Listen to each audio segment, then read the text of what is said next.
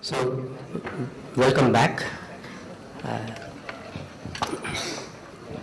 am Paramesh Sankaran, a faculty member here in this institute, and I have been asked to first, by Professor Raghavan to frame the title. So I will say a few words about the theme of the next talk, and then I will introduce the speaker. So, in mathematics, you define some mathematical object, and one of the first things that you want to study is the classification problem. So I can briefly explain what the classification problem is about. Suppose you study, you learn the definition of groups. You want to know, for example, what are all the groups of a specific order, or you want to list all possible groups, finite groups, let us say. So the simplest classification problem would be, theorem would be to say there are exactly two groups of order 4 up to isomorphism. You all know that, namely the cyclic group and the group isomorphic to Z2 direct sum Z2. So this, what this means is, if you are given any other group of order 4, it has to be isomorphic to one of these two, and you have a complete list, and you have a way of also telling which group it will be isomorphic to. Okay, so now this type of question you can ask almost about any mathematical object. For example, vector spaces. If you are talking about finite dimensional vector spaces, up to isomorphism there is only one of any given dimension. But then you can put more structure. You can put on top of a vector space, you may also have a bilinear form. And then the question becomes a little more difficult. The nature of the field will begin to play some role. Okay? And for example, another, taking a slightly non-trivial classification theorem, one might say, the Riemann mapping theorem, if you have heard about it. Okay, algebraic structures, perhaps you can try to, because by nature they are discrete, you can try to classify. But now we come to more closely to the theme of today's talk by the speaker now, namely shapes and surfaces. There are so many different shapes, so many different surfaces. Surfaces he will explain later today. So they are continuous objects, and they occur in large families, infinitely many families. So how do you sort of try to classify them and understand them? Okay, this will be the theme of the next speaker, Professor Mahan Mj from Ramakrishna Mission, Vivekananda University. Mahan Mj did his PhD at University of California at Berkeley. He has a long-standing connection with the Institute of Mathematical Sciences. So I now request Professor Mahan to give his lecture. Yeah, I'm audible? Right. Okay. So thanks, Paramesh, and it's always a pleasure to be here in Math Science. And okay, so yeah, and it's very, very exciting to see so many young faces. Good. So let's get on with business. So what are we going to be talking about? We're going to be talking about surfaces. So what are surfaces? Before getting into a formal definition, what I'd like to do is sort of give you some visual input as to what are the kind of objects we are trying to study. I mean, I think Paramesh sort of did a wonderful job of saying what understanding class of objects in mathematics means. But even prior to that, it sort of makes sense to ask what a reasonable mathematical object is. So I mean, one doesn't sort of come up with a definition out of thin air, right? So it's sort of motivated by certain things, and I mean, because after all, at the end of the day, mathematics is a human affair. So it means that there are sort of things which are common to all of us, and perhaps to other species as well, which sort of allow us to have some common starting point. So there's some huge number of things around us, and in a very vague philosophical sense, what we are trying to understand when we set out with this problem of classifying surfaces is sort of try to establish dockets or understand all visual information. Okay, so it's at that level that we are trying to. So let's see what we mean by visual information. Okay, so this is supposed to be the surface of a globe. So all of you are familiar with it, and so the surface of this object should potentially be one of the objects that we are trying to study. Okay. Next, this guy. Who knows what it is? But again, you see only the surface, right? And the surface of this object should be morally one of the surfaces we are trying to study. Here's a more exotic bunch of creatures. Again, we would like to understand what these things are. Here's another. So there's some, I mean, you don't see anything common between these, right? At this point of time. They look totally variegated. And I mean, if you look around, then the surface of your chair, table, the inside surface of this auditorium, all of these things are supposed to fit into the class of objects we are trying to study. Why? Because our vision, though stereographic, what we perceive is essentially the surface of opaque objects. If it's transparent, we sort of make an idealization at this stage itself. So I think either things are completely transparent, in which case we don't see them, or it's opaque, in which case we see only the two-dimensional surface of a three-dimensional object. So all visual information, in this sense, will be something that will be a two-dimensional surface of a possibly three-dimensional object. So that's what we as human beings all perceive. So question is, so that's the sort of loose meaning of what a surface means. Yeah. So if we are trying to classify them, first we have to define in mathematical terms what a surface is. I mean, visual information is not a mathematical, I mean, it's not mathematically well defined, right?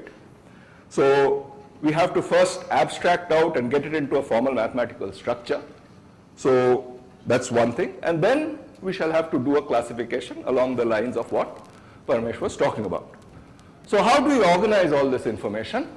So first, we require some kind of formal mathematical structure.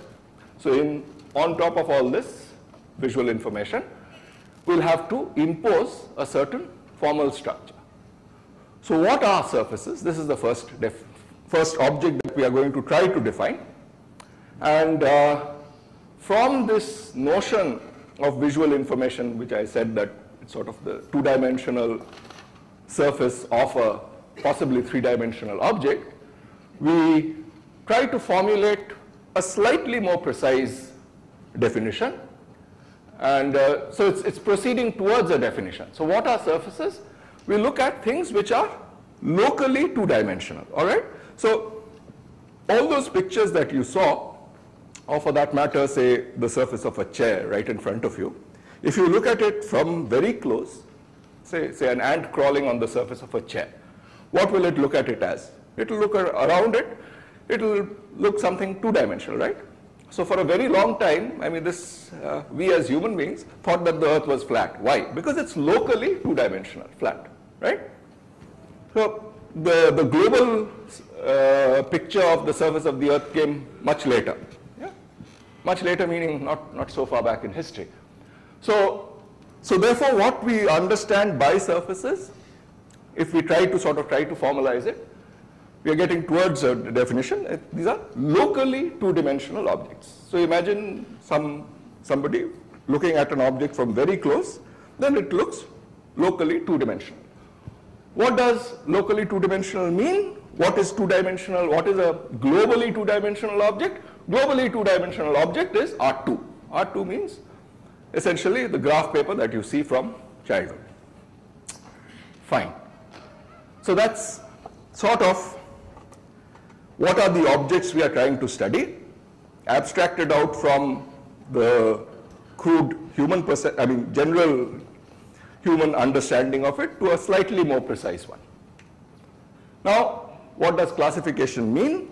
I'll probably reiterate something that Paramesh said, and let's try to sort of understand what classification means in the particular context that we are dealing with. What we want, just as in that case, so in the case of, say, so if you're trying to find a classification of groups of order 4, what are you doing? You're saying that there are two groups up to isomorphism, right? Which means one is Z4, one is Z2 plus Z2. Okay? So what does that translate to? First, we have an exhaustive list of objects with no redundant elements. Okay? So that means Z4 and Z2 plus Z2 are all groups of order 4. That's the exhaustive part.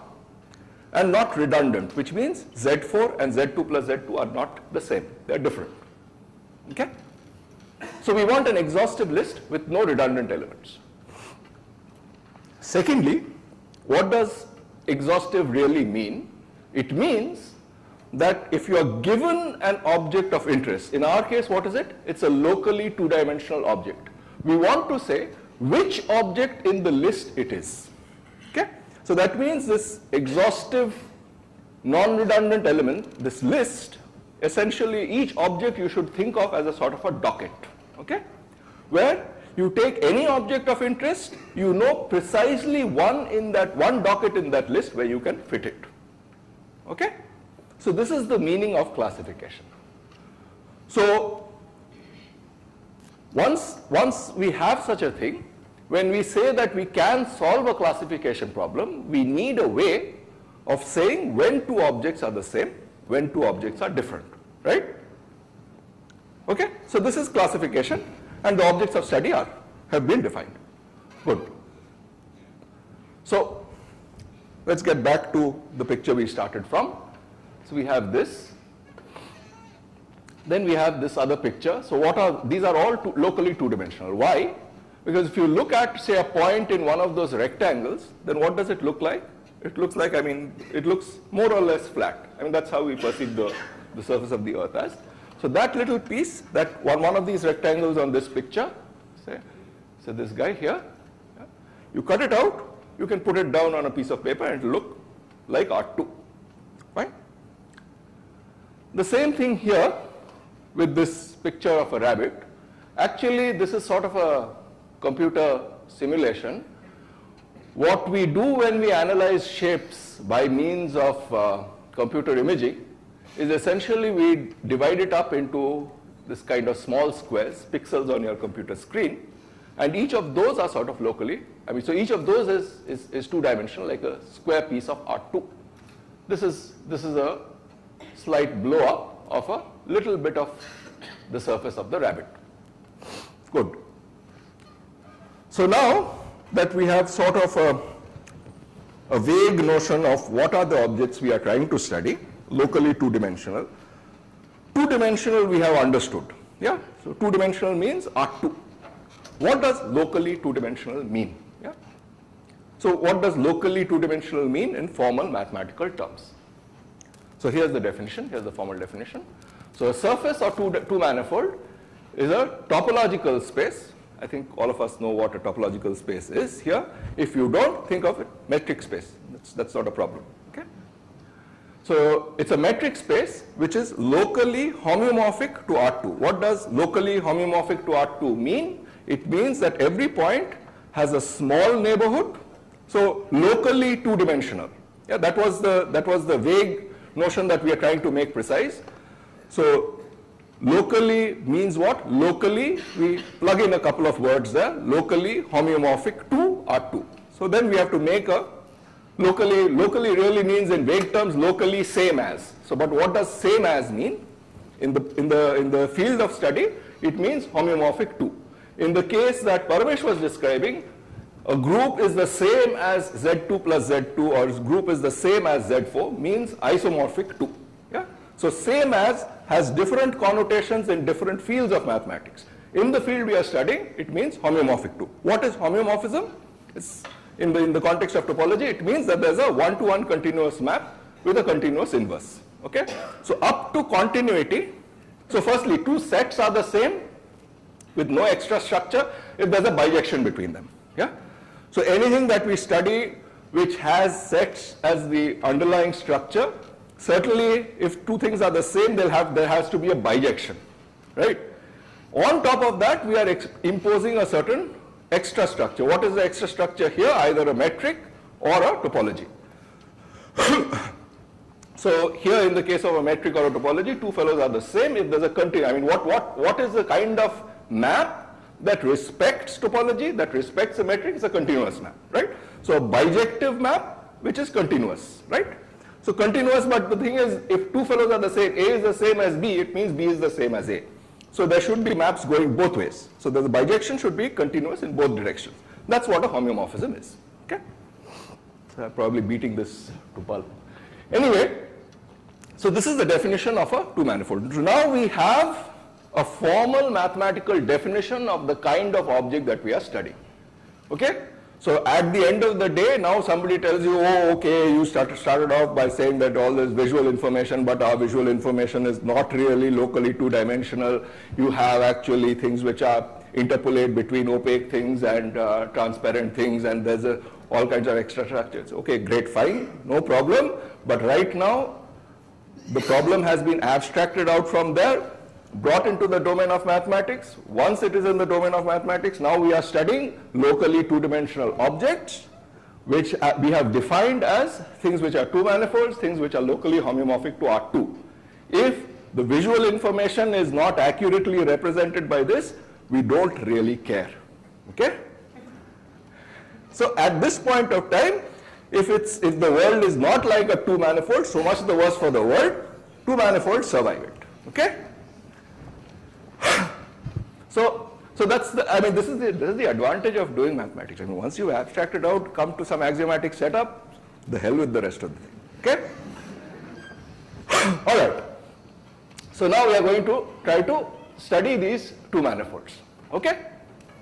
So firstly, I mean, this is sort of a tongue-in-cheek remark. So you need to go back and forth. I mean, so the thing is, right now we'll sort of go back a little bit.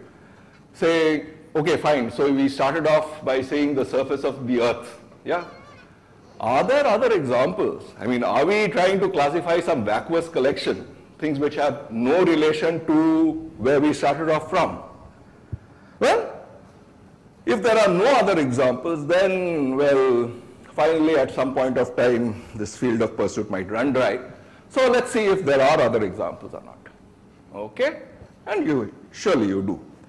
So, I mean, this thing there that's there, it's got a formal mathematical name, but that was given later. Say your bicycle tube. Yeah, the surface of the bicycle tube, certainly a real object. The surface of it looks like this. The surface of donuts in another culture, those also look like this. So it's called a torus. Fine. This is also locally two-dimensional. Why? Because you go zoom in and you look at this small little square here, and that's fine. So that looks like R2. Good. So we now want a classification of two-dimensional surfaces. We've defined them. And now we have to say when two fellows are the same, right? We've got this notion of locally two-dimensional. So locally same as two-dimensional. We'll have to make a natural notion of when two locally two-dimensional objects are the same and when they are different, right? So the locally same and globally same, we should use this, I mean, to be consistent, we should use the same notion, right? Because we are not leaving the field. So it should be the same should mean homeomorphic. So two surfaces, S1 and S2, now they are globally homeomorphic. What's missing between R and homeomorphic? You should think globally. So are globally the same. All two manifolds are locally the same. Yeah, that's a part of the definition. Yeah, anything that is locally homeomorphic to R2 means locally same as R2. So that means all things are locally same as R2, therefore they are locally the same with each other, right? So there is no local classification involved in the classification problem of manifolds, right? What we are trying to understand are when they are globally the same. So two fellows are the same, homeomorphic, if the one-to-one continuous map with a continuous inverse. So now we sort of got we are consistent. What we are defining locally as a definition is being translated into the global context. What we mean by a global classification problem is consistent with our local definition. Yeah? Okay, so please, I'm sort of emphasizing this point probably a bit too much, but it's worth bearing in mind. The local definition and the global classification problem are based on the same notion. Yeah? This is something fundamental in mathematics, all over. Okay. Now, fine. So locally the same as R2 is something we sort of could see visually. Okay? But what about globally homeomorphic, globally the same? How do we think of it? Yeah? So what does it mean if we sort of try to convince the layman on the street that these two spaces are homeomorphic without having the benefit of a mathematical background, formal terminology? How are we going to say that these two chaps are the same? So we need some sort of crude, less formal way of thinking, because finally, this formal way of thinking is a result of some kind of distillation. Yeah? So what is the undistilled way that we think about it? And here's the intuitive idea that the surface S1 can be continuously deformed into the surface S2. So what does continuous deformation mean? Again, it will have to be in some crude terms. This is what it means. This means you demonstrate. Yeah. So what does this mean? You take the sort of odd dumbbell. I don't suppose anybody could do exercises with this, but you start deforming this, which means you start shrinking the central big one, starts becoming thinner and thinner and thinner, and finally it becomes deformed into something that's nice and round. Now you blow this up, it becomes a round sphere. Okay? So this object here, which certainly did not look like the round sphere that we are familiar with, can be continuously deformed into all the way to something that's roundish, and then it can be made round. Good. Again, there's a sort of a lemon with a unruly edge being deformed continuously to a smooth round ball. Okay? Fine. So this is what we mean by two objects are the same. Two globally defined two-dimensional manifolds are the same. So here's the problem. Classify all these objects. Okay? Fine. So here's, I'll give you again, I'll give you three pictures. Yeah. See these again. So here's something that it's got a donut but with three sort of holes in it. There's sort of a straight three bicycle tubes attached one on top of the other. There's like a teapot with three handles but closed. So obviously you can't drink tea from this. So there are these three pictures. So now question. So we want to sort of understand, right? So these are not, of course, when I show you pictures, these are not mathematically defined in that sense. Yeah? I'm saying this is an object. Yeah? So therefore, now when I try to, I'll ask you the question now that whether you think these three objects are the same or different, which means are they homeomorphic or are they not homeomorphic? And your answer therefore should be in terms of, since these are not mathematically defined in that sense, yeah, it's some visual information, the answer should also be in terms of a kind of a visual answer. So what would we like, right? So basically, would we like these three objects to be the same? Would we like them to be different? The answer is in terms of this continuous deformation process, right? So that was the sort of a pre-mathematical, I won't say non-mathematical, pre-mathematical way of thinking about it. And these are also pre-mathematical objects. Yeah, fine. So now, what do you think? Are these three objects the same? Are these three objects different? So answers from the house. Yes? Okay, so why don't you tell me why you think they are the same? 1, 2, 3, fourth row, third from there. Yeah. You say, yeah. Yeah, no, you don't have to stand up. Sit and say why you think they are the same. Yeah, sure, of course. So the same means they can be deformed. Why do you think? So what would be, say, okay, let's go from here. From here to here, why do you think one can be deformed to the other? No, give a hand-waving answer. I mean, this is not good. These are not mathematical objects. So you'll have to say, okay, you push this, you stretch this, do that. Tell me the answer in those terms. So why do you think this guy and the previous guy are the same?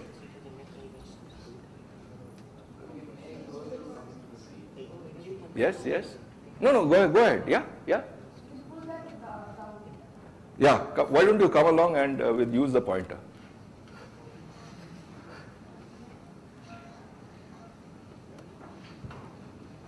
Yeah. It's this middle one here. Have you handled these things before? Okay. The middle one here. Yeah. Good. You can pull that thing down. Okay, good. Pause there. Okay, so what do you mean by pulling that thing down? Changing shape. Huh? Changing its original shape. Yeah, so what do you mean by pulling? Where do you pull from? Okay, good. So then what do? You take that whole handle and you sort of slide it. Is that what you mean? Yeah. No, this is the way we learn. Go ahead. Yeah. Slide it or bring it inside. Okay, good. So slide it or bring it inside means straight inside in the middle. Yes? Okay, good. Very good. Excellent. So that's what. So these are ways of thinking. Right. Yes? Somebody had something to say? Yeah? Okay, good. So this is the answer I wanted. So you take one of the answers that one could. Yeah. So you take this guy here, you start pushing it inside here, so the hole sort of starts sliding in. This handle here becomes more and more parallel to these two sides, and finally you have this guy. So when the middle chap, which was outside, has now been pulled into the center. Okay? And since this is a continuous process, see the idea is that if you can deform one to the other by this continuous process, you can deform it back. Yeah? Little push, the inverse of a little push is a little push in the opposite direction. Okay? Good. So this is fine. What about this guy, third guy? Flatten out the big sphere. Yes. We can flatten out the big sphere. We can flatten out the big sphere. That's right. So then we'll have some round pancake-like stuff in the middle, and there'll be 3 handles on the sides. Good. Then? But then there'll be this fat thing in the middle. Like that thing, the pancake type thing. Okay, good. So this So this, see, I'm also not particularly expert. So this will be flattened, and then 3 handles attached with that. Then And the content that it'll come back to this picture. Is that what you mean? Yeah? Okay, good. So if you take that, flatten out the fat part in the middle, and then push it to the center, you'll get the first picture. So the third one can be deformed to the first one can be deformed to the third one, first can be deformed to the second can be deformed to the first. So there's an equivalence relation in the formal mathematical sense. So all these 3 things can be deformed one from the other. So these 3 objects, in the context of topology of surfaces, we would like to declare the same, right? So they are the same in the sense of a homeomorphism. If you are asked to give a formal homeomorphism between these objects, then the right answer is first define those objects. Okay? Because these objects have not been defined. Yeah? So since they have not been defined, in the sense in the sense in which we do understand them, we have given an answer. If we want a more precise answer, the objects themselves need to be first defined more precisely. Good. Okay, I'll mention a sort of a statement by this notion is actually not really, this dichotomy between defining an object very precisely and then calculating things with them. This deformation process that we've done is sort of a calculation, right? It's a computation with not very well defined objects. It's a deformation process, yeah? So Dennis Sullivan, one of the sort of greatest exponents of geometry and topology today, so made this, again, sort of a tongue-in-cheek difference between mathematics and physics. So he said that, In physics, they don't define anything, but they can compute many things, many things which are of significance very precisely. In mathematics, we define everything, but we can't compute a thing of significance. Okay, so this is the difference. Then finally he said, I like our style better.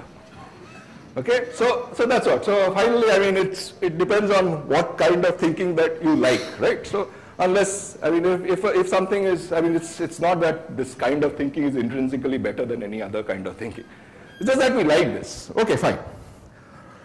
And in some sense, perhaps, geometry and topology are sort of, I mean, towards the left boundary. I mean, that's not a political statement. Towards the left boundary of mathematics, in the sense that it's sort of a little more visual, little closer to physics in its way of thinking.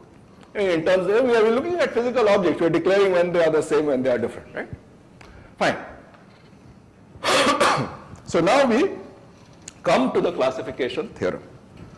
So we sort of defined what two manifolds are, and we now would like to understand the final classification theorem. I'll just state it. There's no time for a proof. So what is the classification theorem? Any closed orientable surface. So now I'm making a fairly precise statement. What does closed mean? It means that you have a surface. We've defined what a surface is. Surfaces are two manifolds, something that is locally two-dimensional. Yeah? And what does closed mean? For this, again, for the context that we are interested in, closed enough is compact. Okay? So that means, yeah, it's closed and bound. I mean, it can be, if you think it can be embedded as a closed subset of Rn for some large n. Okay? That's enough. And then apply Heisenberg. Yeah? Good. So this is what a closed surface is. What is orientable? We'll come to that a little later. Yeah? So what is this? So these are what is the classification theorem for these? These are homeomorphic to spheres with n handles for some non-negative integer n. Okay? Orientable, I just sort of give you again a vague notion. What does orientable mean? It means that there are well-defined sides of the object. Okay? Fine. So again, again, this is again a sort of a crude notion, well-defined sides. We'll come to that a little later. Yeah? But let's sort of try to understand what this theorem says. Okay? Closed orientable surface is homeomorphic to a sphere with n handles for some non-negative integer n. So what is an n handle?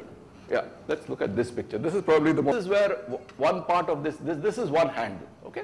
This is something we understand. Yeah? So what is a handle? In more precise terms, what does precise terms mean? I mean, we are now trying to understand what is a two-dimensional object. You have to give a formal mathematical object to which it is homeomorphic. Yeah? So what is a handle in formal, I mean in more precise terms? So tell me. Really? Does this look like a torus? This handle, does it look like a torus? Yeah, like a half a torus. Half a torus is not a mathematical object. Good. So what is half a torus? What is a precise notion for half a torus? Pipe. Yes, yes? Pipe. Cylinder. Yes? Cylinder or pipe. Cylinder or? Pipe. Pipe. Oh, pipe. Okay, so pipe is not a mathematical object. A cylinder is. Good. So what is a cylinder? Now see, the thing is, we'll have to get it into finally some set theoretic description, right? That's what we think of as a precise description. So what is a set theoretic description of a cylinder? Just, yeah, take sets. What are sets? R, R2, these are sets. We all accept that. Yeah. So take S, R2 or R3, yes? Things like upper half plane. Upper half plane, yeah, sure. I mean, upper half plane is x, y greater than 0. Complete torus, but in a certain section of the Woo! coordinate. Much simpler descriptions are available. So you have a rectangular sheet and you are identifying the corners. So then you need quotient topology. Give a more elementary. See, the thing is, the more simply you think of these things, the more easily you will be able to manipulate them. Yeah. So it's always, see, the thing is, Again, and sort of inclined to quote Dennis. I mean, don't do fancy things when you can do them in simpler terms, because your proof will be more robust. Yeah. You can just like punch a hole in the torus, punch a hole in the stem, and just doing it. Sure. So, but the thing is, I'm asking, that's not my question. My question is, what is a handle? So a handle we have got so far as a cylinder. So now the question is, what is a cylinder in set theoretic terms? Yeah? You take a sheet and then roll it. Set theory. Sheet is not set theoretic object. Okay. Yeah? Yeah. Great. Who was that? Yeah, S1 cross I. So S1 is a set theoretic object, X, Y. So finally you'll have to give equations, right? So something, what is a set? Set is collection of points satisfying some relation. That's the set theoretic description, right? So S1 means X comma Y, X square plus Y square equal to 1 in R2. X comma Y belonging to R2, X square plus Y square equal to 1. Right? So that's a circle. We know what circle is in set theoretic terms. Good. One part of the job done. Closed interval I, we know what it is as a subset of R. We know what products of sets are. Right? You take a product of these two sets. That's all. So now, what is a handle therefore? A handle is S1 cross I, closed interval 0, 1. Good. Now, what about this guy? So this is also S1 cross I, this is also S1 cross I. Now we have to make sense of attaching.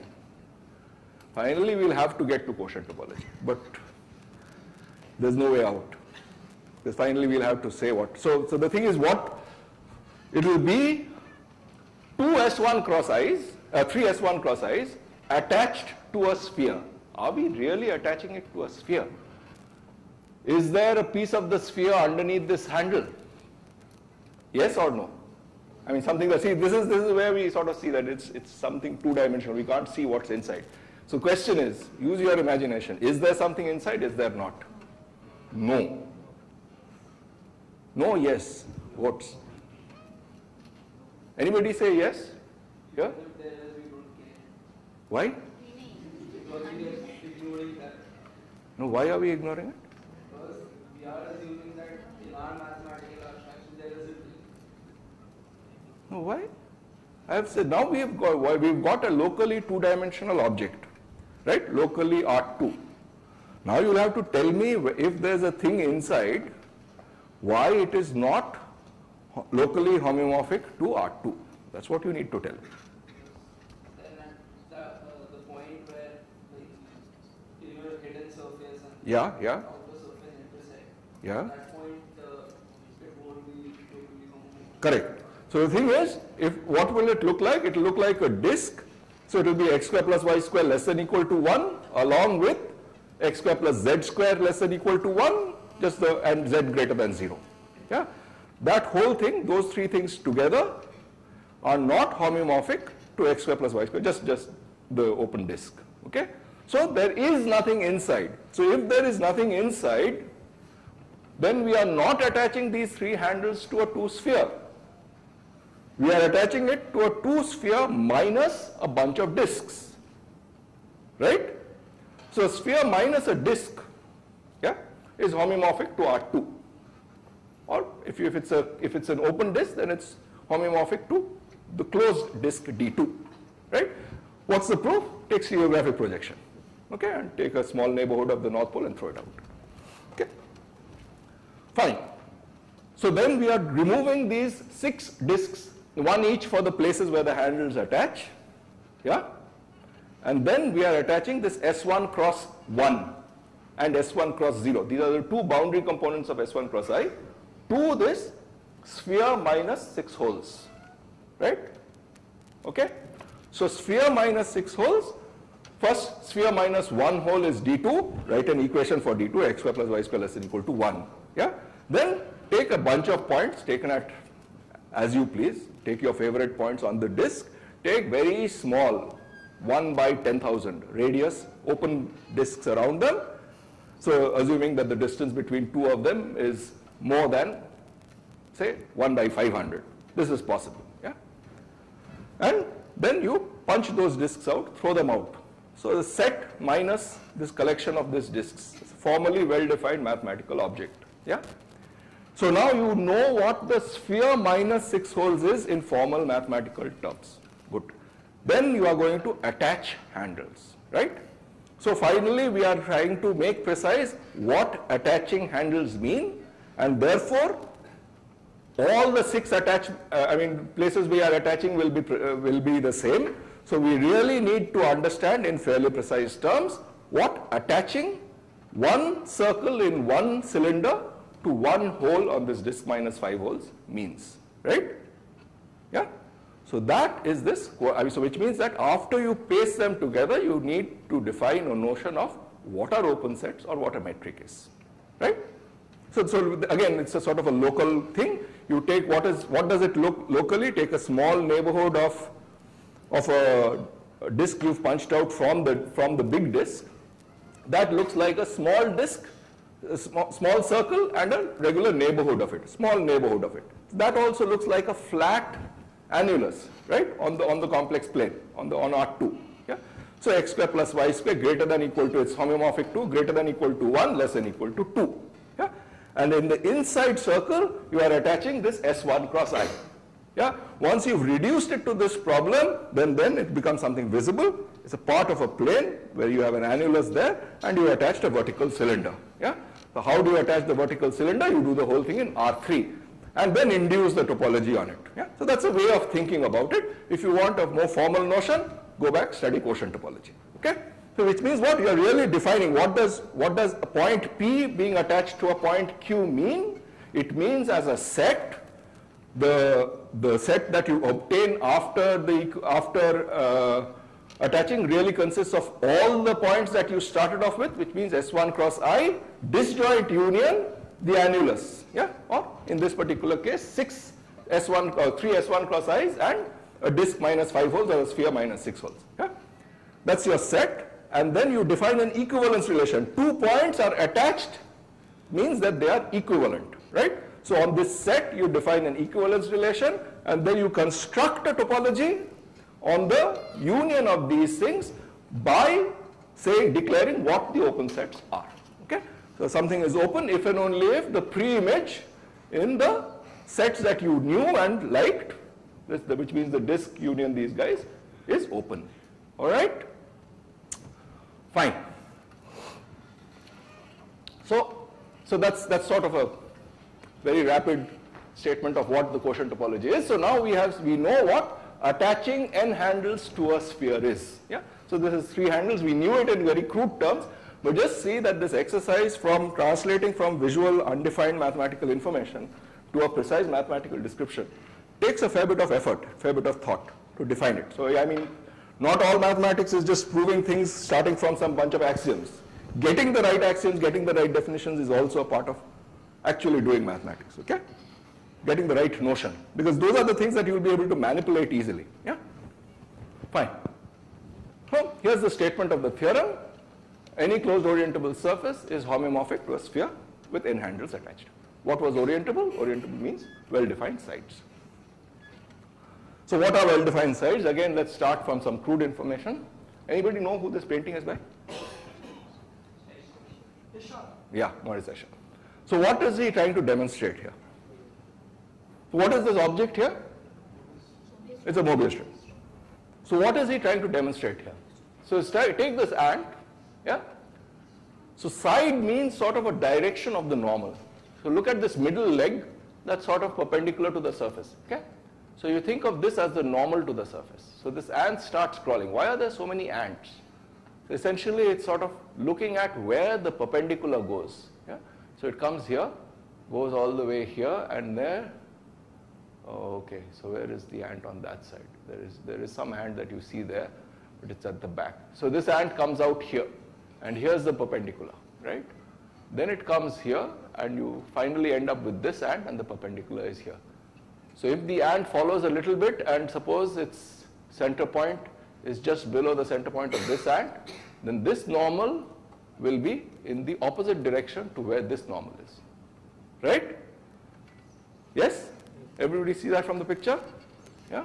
So what does it mean? You take what are you doing? You're taking a path, You're taking a path for this ant, and it's basically you're coming back to the same point. So this Mobius strip is a locally two-dimensional object. There's no thickness, right? So that means the point at which the center of this ant is, this point here, is the same as the point on the other side. It's a two-dimensional object, right? Yeah, it's given by just, yeah.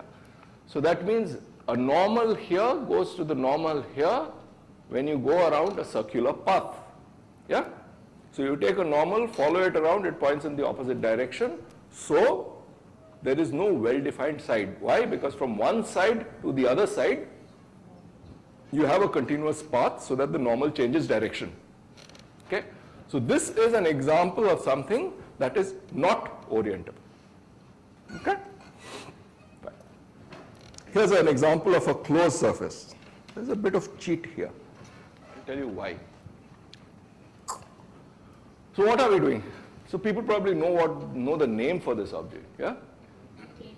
Yeah, so this is called a Klein bottle. Well, this is not really called a Klein bottle. This is not called anything.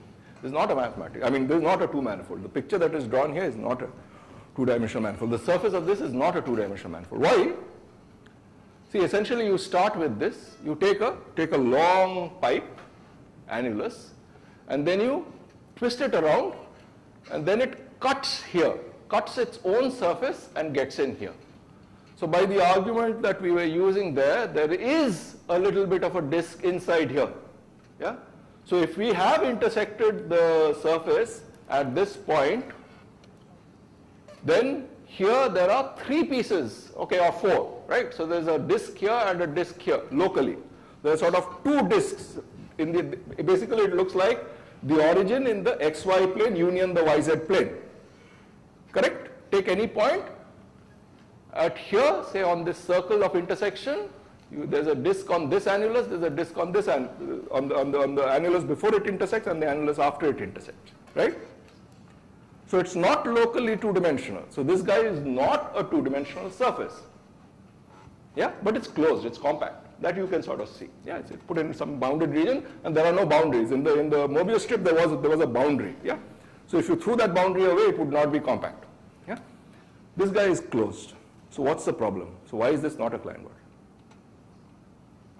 So how do you make this into a surface? Is this a quotient? I mean, would you really obtain this by taking an annulus and taking two opposite sides and gluing them together by some particular kind of homeomorphism? Answer, no. Yeah? Pardon me? Yeah, so what does that mean?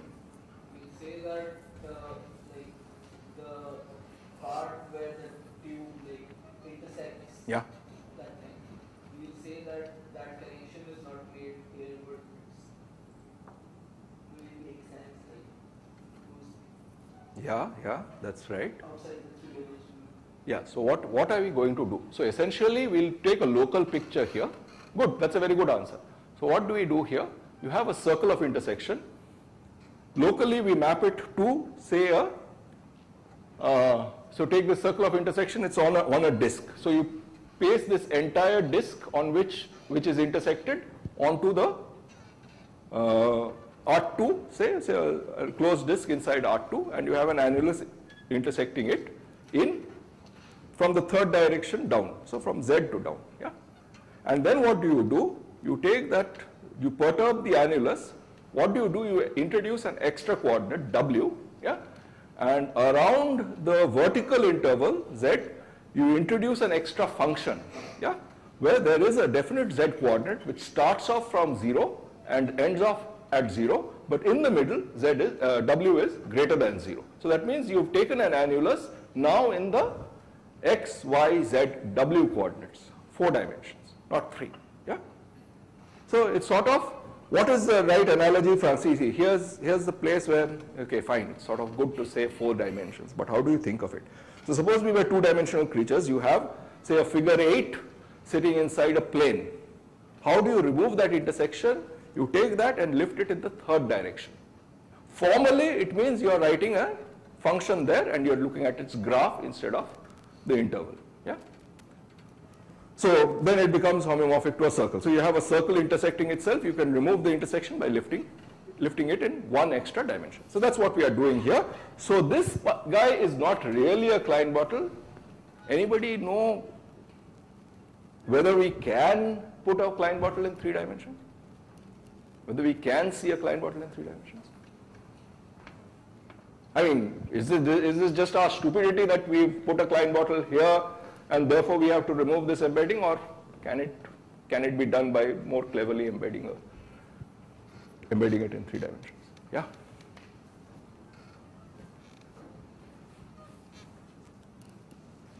Okay, so the answer is that you cannot embed a Klein bottle in 3 dimensions. Okay? So we have to do this business. The minimum dimension in which it can be embedded is 4. Essentially, if you had something that is embedded in 3 dimensions, then there would be well-defined sides. So that's something that one can learn from algebraic topology. Okay? So this is not the end of the story. We start here and then there is more. Okay? So there's something called duality, Poincare duality, which is essentially a feature of orientable surfaces, which allows us to conclude that no non-orientable n manifold can be embedded in 1 dimension more. Okay? Good. So this is another picture of the same Klein bottle. Now we come to the last phase of the talk. So far we were dwelling in this sort of 2 things are the same if they are homeomorphic, if one can be deformed to the other. Now we start imposing a little more structure. So a sphere and the surface of the rabbit don't look the same from a naive person's point of view. What is the difference? If we define it to be locally homeomorphic too, they are the same. If we define them to be globally homeomorphic too, they are the same. So homeomorphism defined as same is a very flexible relation. Can we have a less flexible relationship of when 2 things are the same? So we are moving from the domain of topology into something called geometry. This is the place where we sort of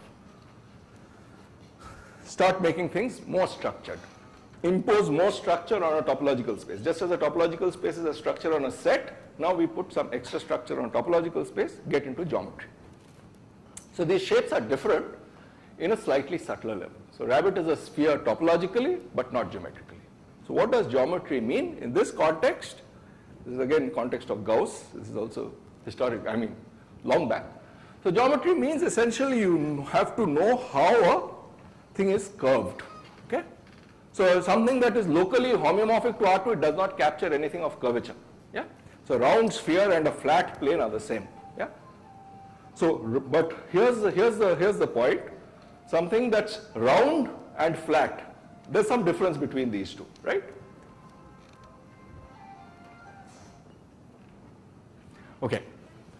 So now we need to get into this notion of curvature. Okay. So before getting into a notion of curvature, we'll try to put it in sort of fairly, again, terms where we can sort of actually nail down what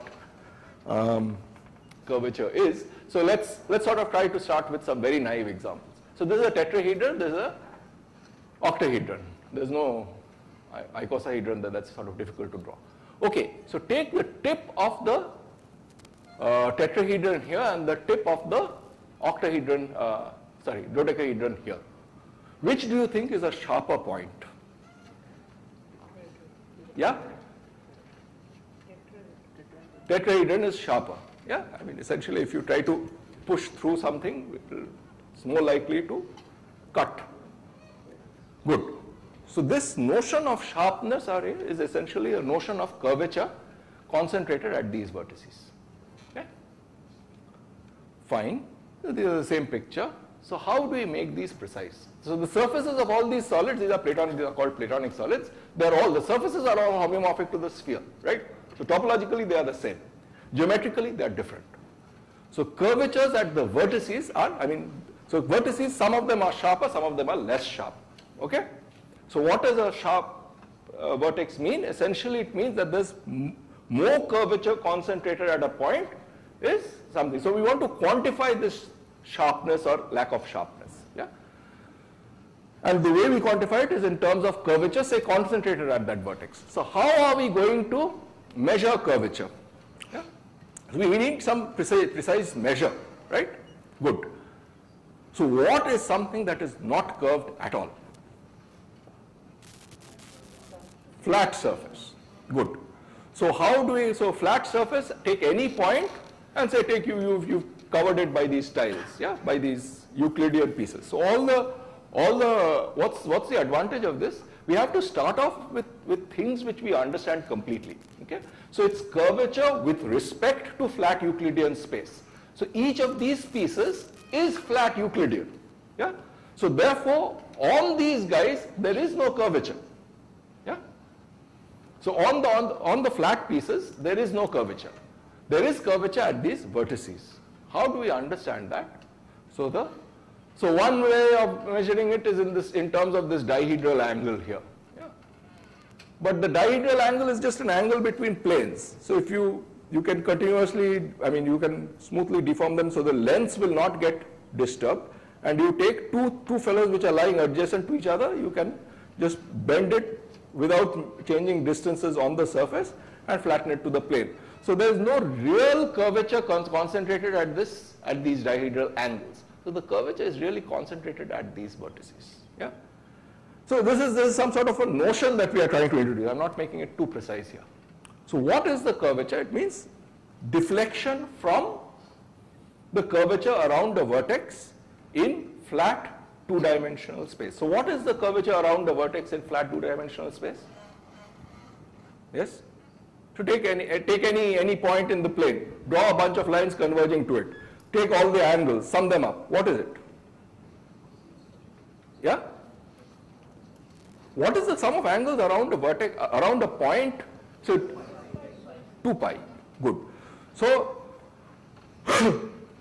so when you want to sort of calculate what is the measure, how are you going to measure flatness? You're going to take 2 pi as a measure of something that's perfectly flat, right? So what's the crudest measure of curvature that you can get? 5 minutes? 3 minutes? Okay, good. Yeah, I'm almost done. Okay, so how are we going to measure the deviation from that? So essentially take the difference from 2 pi to the sum of vertices, to the sum of the angles at a vertex, right? So what was the advantage in these pictures? Each of these fellows, each of the faces are flat Euclidean, right? So the notion of an angle between this edge and this edge on this plane makes sense. Correct? So what we are doing is building up a surface using flat bounded Euclidean polyhedra, right? So that the notion of an angle at a vertex is well defined. And then what are we doing? We are defining now the curvature concentrated at a vertex to be the difference between 2 pi and the sum of angles. You might as well have taken sum of these angles minus 2 pi. It's up to a side. Yeah. So there's some convention has to be adopted. We've adopted this convention. That's all. There is no profound reason why we take 2 pi minus this and not summation theta I minus 2 pi. Okay? Okay? Again, yeah, so it's a convention. So look at this. This is a curvature concentrated at a vertex. Good? Now let's do a little bit of a computation. So let's get back to the most interesting picture in the previous slide. Take this regular dodecahedron. What is the angle at a vertex? Yeah. So what are we going to do? We are now going to take every vertex and look at the curvature now quantified, concentrated at that vertex. Correct? So what is the angle at a vertex for a dodecahedron? It's 3 pi for a pentagon. So each face is a regular pentagon, right? Previous picture, regular pentagon. So what is the angle, interior angle of a regular pentagon? So the exterior angle is, sum of all the exterior angles is 2 pi. So each exterior angle is 2 pi by 5. So each interior angle is pi minus 2 pi by 5, which is 3 pi by 5. Okay? So that's the interior angle at every vertex. So what is the sum of the sum of the angles at interior vertices? There are 3 of them at a point. So it's 3 into 3 pi by 5. That's 9 pi by 5. So what's the curvature concentrated at that vertex? It's 2 pi minus 9 pi by 5. It's pi by 5. How many vertices are there in a pentagon? Let's go back and count. See, the front face has 5, from which there are sort of 5 edges coming out. So at the next level, you have 5. Then these 2 fellows go in, there are 5. So there are sort of 4 layers of vertices. Each of them have 5 vertices each. So what's the total number of vertices? 20. Good. So what's the total curvature at all the vertices for this dodecahedron. It's 20 into pi by 5, which is 4 times pi. Yeah? The point is that the sum of the vertices, sum of the curvatures over vertices for all cellulations of the sphere is actually equal to 4 pi. Do a computation for the, let's do a computation for the tetrahedron. What is an angle at a vertex? It's pi by 3, right? Each face is an equilateral triangle. So what's the sum of angles? Pi by 3 plus pi by 3 plus pi by 3, pi. So what's the curvature concentrated at a vertex? 2 pi minus pi, pi. How many vertices are there? 4. 2 pi minus pi, which is pi into 4 is 4 pi. Okay? So for the tetrahedron, it agrees. Okay? So here's the last fact. This is called the polyhedral Gauss-Bonnet theorem. For any cellulation of the sphere with n handles, for, okay, so with, let's say with 0 handles. If you take the, so if n is 0, then this should be equal to minus. So it's, if you take the sum of the curvatures, that should be equal to 4 pi. Yeah? So put n equal to 0, you get sum of curvatures is equal to 4 pi. Yeah? So that's the curvature sum for the sphere. Yeah? For arbitrary things, we put a sign, minus sign on the left side to make the right side positive. So 2 pi times 2n minus 2 is equal to the total curvature. Okay? Total polyhedral curvature, total curvature concentrated at a vertex is always equal to 2 pi times. So it depends only on the number of handles. So it depends only on the topology. Okay? So we've made this connection now between geometry, yeah, which involved curvature. You sort of summed it over all vertices, all the places where curvature is concentrated, and it turns out to be a topological invariant. Okay? So however way, so now you take any smooth surface. Now you can cut it up into little pieces approximated by polyhedral surfaces. Yeah? And for each polyhedral surface, this is going to be the answer. So when you converge, since it's a constant sequence, the curvature is a constant sequence, the value of the total curvature is a constant sequence, it's going to accumulate at the same value.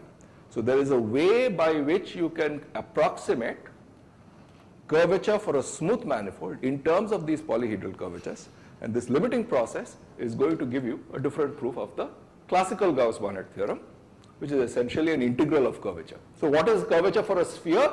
It's 1 by the radius of curvature. So which is, say, 1 by r square, right?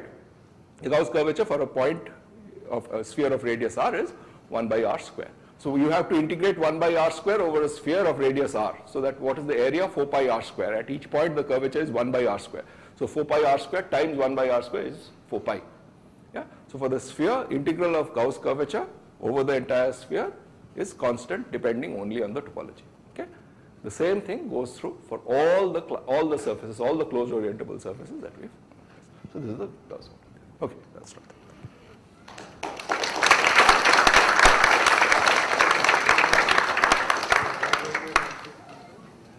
The sum of curvatures goes to is 4 pi. Yeah. So sum of curvatures for a cellulation of the sphere. Yeah. So if we consider not goes to pi, it is pi. Yeah, it is 4 pi. So if we consider a cube. Yeah. So what is it? It's pi by 2 plus pi by 2 plus pi by 2. That is 2 pi. So no, it's 3 pi by 2. So the curvature concentrated at that vertex is 2 pi minus 3 pi by 2, which is pi by 2. How many vertices are there? 8. 8 into pi by 2, 4 pi.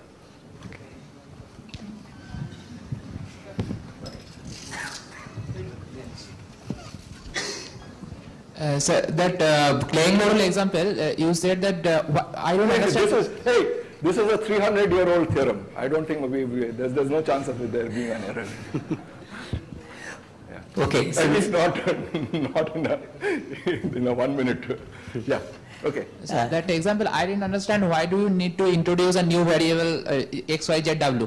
I mean, once we have so that thing looks like so it's a tree manifold, right? At that intersection point. It does not. How do a tree manifold has to look like locally R3? How does a disk union and annulus cutting through it look like a tree manifold? So basically, it looks like a cylinder. I mean, looks like a cylinder cutting through a disk. It looks like no manifold. Just for want of time, we will have to stop the question answer session now. But we can continue. You can have approach Professor Mahan Maharaj during lunchtime and discuss with him.